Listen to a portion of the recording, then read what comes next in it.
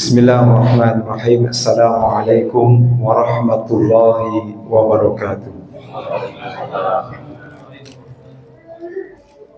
Innal hamdalillah nahmaduhu wa nasta'inuhu wa nastaghfiruhu min shururi anfusina wa min sayyiati a'malina may yahdihillahu fala mudilla lahu wa may yudlil fala hadiya lahu.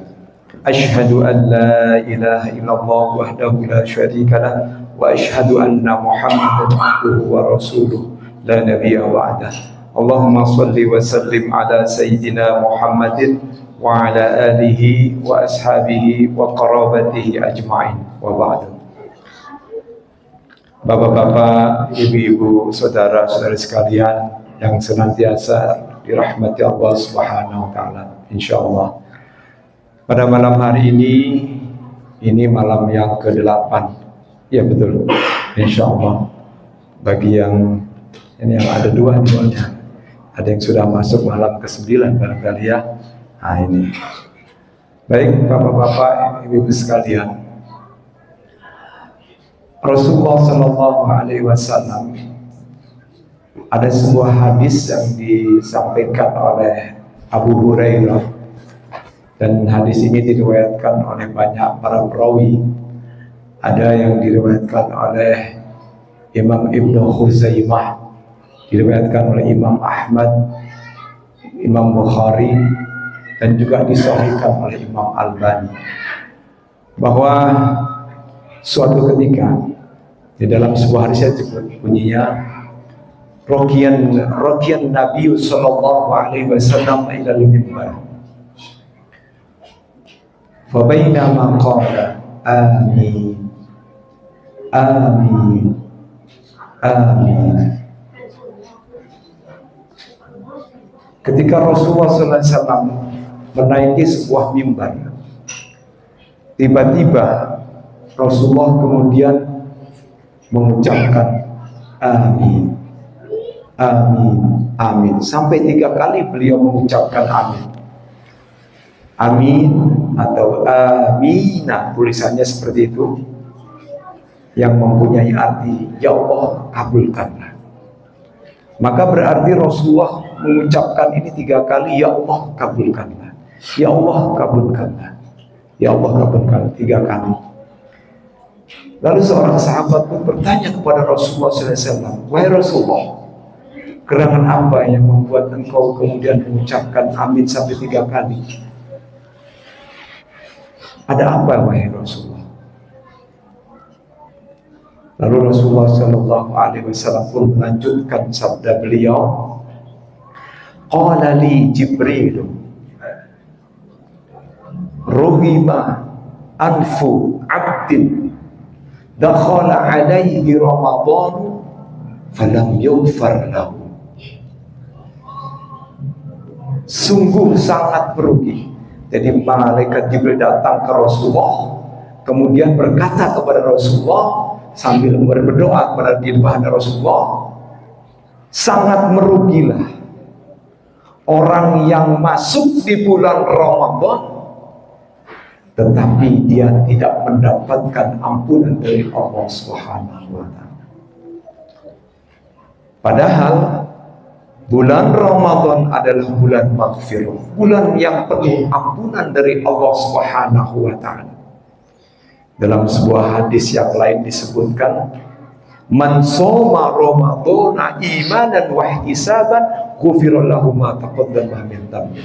Barang siapa yang berpuasa dengan penuh keimanan dan penuh perhitungan dalam arti mencari untuk beribadah sebanyak-banyaknya di bulan Ramadan, maka dia akan diampuni dosa-dosanya yang lalu. Tapi ini mengapa tidak mendapatkan ampunan dari Allah Subhanahu wa taala? Ini disebutkan juga dalam hadis Rasulullah. Ada memang orang yang berpuasa secara fisik dari mulai terbit fajar, menahan lapar dan dahaga, dan juga hawa nafsu dari segala yang membatalkan puasa sampai terbenamnya matahari, tapi hanya menahan saja yang sifatnya fisik.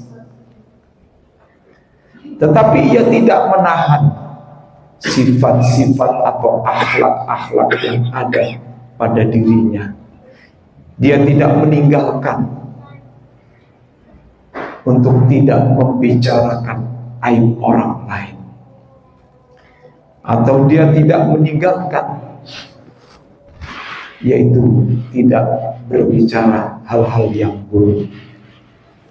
Dalam sebuah hadis Rasulullah disebutkan, man lam yada' qawla zur wal amila bihi falaysa li hajatun ilaihi. Ini hadis-hadis Sunnah Qudsi kalau nggak salah ya. Barang siapa yang tidak bisa meninggalkan perkataan buruk, bahkan dia melakukannya atau mengatakan kata-kata buruk itu, atau mengatakan kata-kata yang tidak baik, maka kata Allah, tidak ada bagiku untuknya, atau tidak ada bagiku untuk aku butuh padanya. Artinya apa? Bahwa dia puasa menahan lapar dan dahaga mulai dari terbitnya fajar sampai terbenamnya matahari. Tapi kemudian dia misalnya membicarakan aib orang lain, berbuat ghibah, berbuat tajassus, mencari-cari kesalahan orang lain, membicarakan aib saudaranya, terus kemudian perkataannya pun tidak bisa memberikan kedamaian di antara tetangga-tetangganya. Kalau ada dia, pasti ini jadi ribut.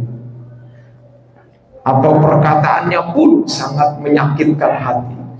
Padahal di dalam firman Allah di surat Al-Hujurat dikatakan,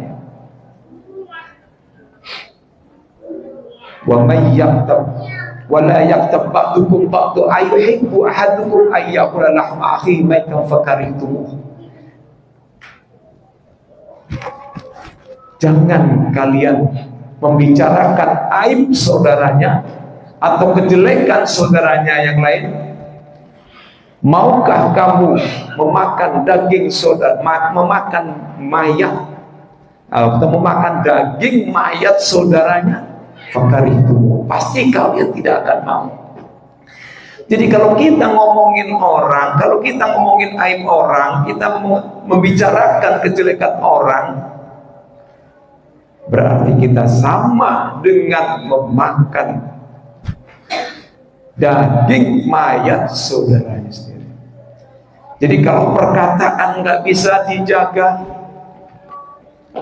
kemudian mata juga kurang bisa dipelihara, padahal dia sedang berpuasa, atau kemudian dia tidak memperbanyak amalan-amalan ibadah kepada Allah, malah sibuk dengan menceritakan aib saudaranya, maka ini kata Allah, tidak ada butuh bagi Allah untuk memberikan apa-apa padanya atau pahala sedikit pun, nggak ada apa-apanya ibaratnya. Kemudian yang kedua, Rasulullah juga mengucapkan amin, jadi kabulkanlah, yaitu rughima anfu abdin idza dzukirta indahu falam tusalli alaika. Sangat merugi orang yang apabila disebutkan namamu, hai Muhammad, kata Jibril, tapi dia tidak mengucapkan sholawat atau membalas sholawat kepadamu. Sungguh merugi. Padahal Allah Subhanahu wa ta'ala juga para malaikat yang memberikan contoh di dalam surat Al-Ahzab ayat 56, innallaha wa malaikatahu yusalluna 'alan nabi ya ayyuhalladzina amanu sallu 'alaihi wa sallimu taslima. Sesungguhnya Allah dan para malaikat-malaikatnya itu bersolawat kepada Nabi. Lalu kemudian Allah memerintahkan, wahai orang-orang yang beriman, hai orang-orang yang punya iman, sallu alaihi wasallimu taslima, bersolawatlah kalian kepada Nabi dan juga ucapkanlah salam kepadanya. Nah, kalau kita mendengar Nabi Muhammad disebut, maka ucapkanlah Allahumma sholli wa sallim alaihi. Jangan pelit-pelit. Padahal itu mudah, tapi kadang-kadang diucapkannya itu agak susah. Atau mungkin karena kurang biasa atau tidak terbiasa. Kemudian yang ketiga yang diaminkan oleh Rasulullah SAW juga, ruhima anfu abdin idza atrakahu abawahu falam yadkhulil jannah. Sangat merugi orang yang apabila kedapatan hidup bersama kedua orang tuanya, au ahaduhuma, atau salah satu keduanya, tapi dia tidak masuk surga. Karena mengapa? Orang tuanya masih ada, ibunya masih ada, ayahnya masih ada, tapi dia tidak mempunyai kesempatan sedikit pun, atau bahkan mungkin dia tidak pernah menyambangi orang tuanya. Dia tidak pernah berbuat baik kepadanya. Dia tidak memberikan sedikit apapun yang dia miliki, rezeki yang dia miliki kepada orang tuanya. Padahal dia hidup sampai besar dan sampai menjadi orang tua pun karena orang tua.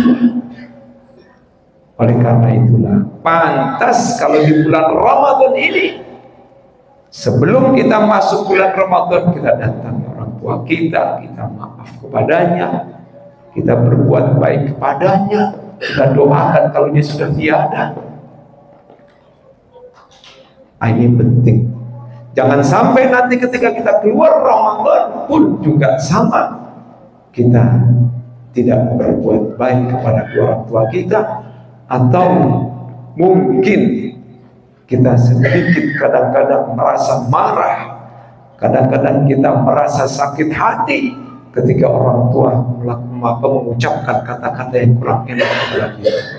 Inilah tiga hal yang kemudian diaminkan oleh Rasulullah SAW pada saat malaikat Jibril berdoa dan ketika beliau naik mimbar.